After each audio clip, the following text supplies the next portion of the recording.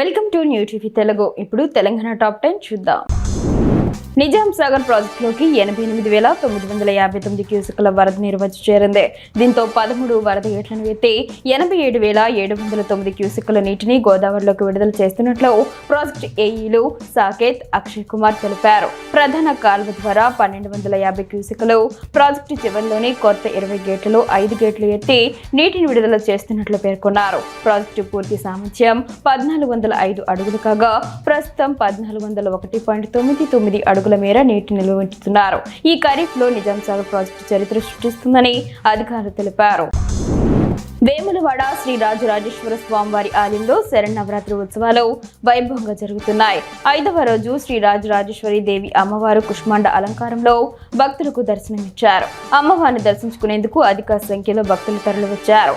అర్చకులు అమ్మవారిని ప్రత్యేక పుష్పాలతో శోభయమానంగా అలంకరించారు. మారుతున్న ఆహారపు అలవాట్లు, జీవన విధానంలో ఒత్తిళ్ల నుండి ఆరోగ్యాన్ని కాపాడుకునేందుకు ప్రతి ఒక్కరూ వ్యాయామం తప్పనిసరిగా చేయాలని మంత్రి ఉత్తమ్ కుమార్ రెడ్డి అన్నారు. సూర్యాపేట జిల్లా ఎస్పీ కార్యాలయంలో పోలీస్ సిబ్బంది కోసం ఏర్పాటు చేసిన నూతన జిమ్ సెంటర్ను ఆయన ప్రారంభించి పోలీసులు శారీరక దృఢత్వం కోసం నిత్యం జిమ్ చేయాలని సూచించారు. మెదక్ జిల్లా పాపన్నపేట మండలంలోని నాగసానుపల్లి గ్రామంలోని శ్రీ ఏడుపాయల వనదుర్గ భవానీ అమ్మవారి ఆలయం జలదిగ్బంధంలోనే ఉంది. దేవి శరన్నవరాత్రి ఉత్సవాల్లో భాగంగా శ్రీ వనదుర్గాదేవి అమ్మవారు స్కందమాత రూపంలో భక్తులకు దర్శనమిచ్చారు. ఈ ప్రముఖ పుణ్యక్షేత్రంలో దేవి శరన్నవరాత్రులు ఘనంగా కొనసాగుతున్నాయి.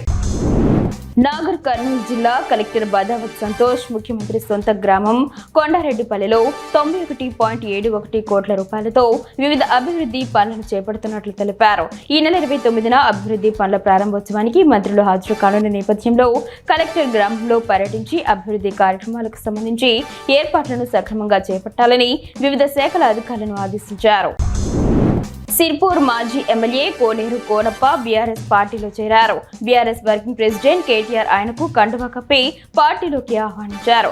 గత ఎన్నికల్లో బీఆర్ఎస్ నుంచే కోనప్ప పోటీ చేశారు. 3,000 ఓట్ల తేడాతో ఆయన పరాజయం పాలయ్యారు.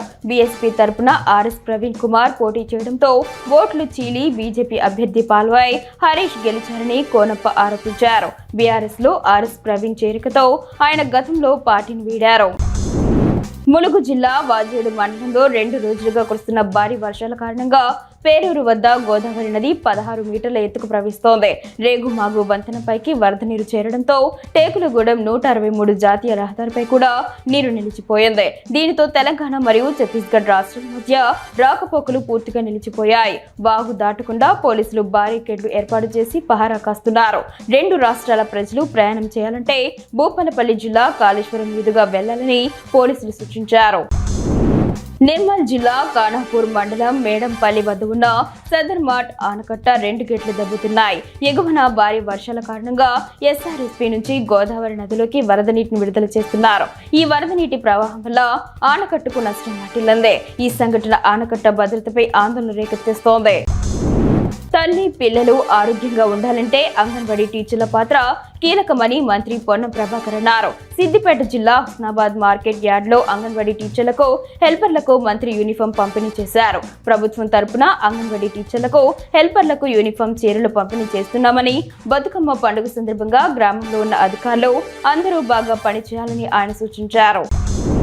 కుత్బుల్లాపూర్ నియోజకవర్గంలోని చింతల్, ఐడిపిఎల్, కుత్బుల్లాపూర్, సుచిత్ర, కొంపల్లి, సూరారం, షాపూర్ నగర్, ప్రగతి నగర్, నిజాంపేట్, మల్లంపేట్, బౌరంపేట్, బాచుపల్లి, గండి మైసమ్మ ప్రాంతాల్లో గత 24 గంటల నుండి ఓ మోస్తరు వర్షం కురుస్తోంది. ఎడతెరిపి లేకుండా కురుస్తున్న వర్షం వల్ల చిన్న చిన్న కూలీ పనులకు వెళ్లలేని పరిస్థితి ఏర్పడిందని స్థానికులు ఆవేదన వ్యక్తం చేస్తున్నారు. ఈ వర్షం కారణంగా జనజీవనం స్తంభించిపోయింది.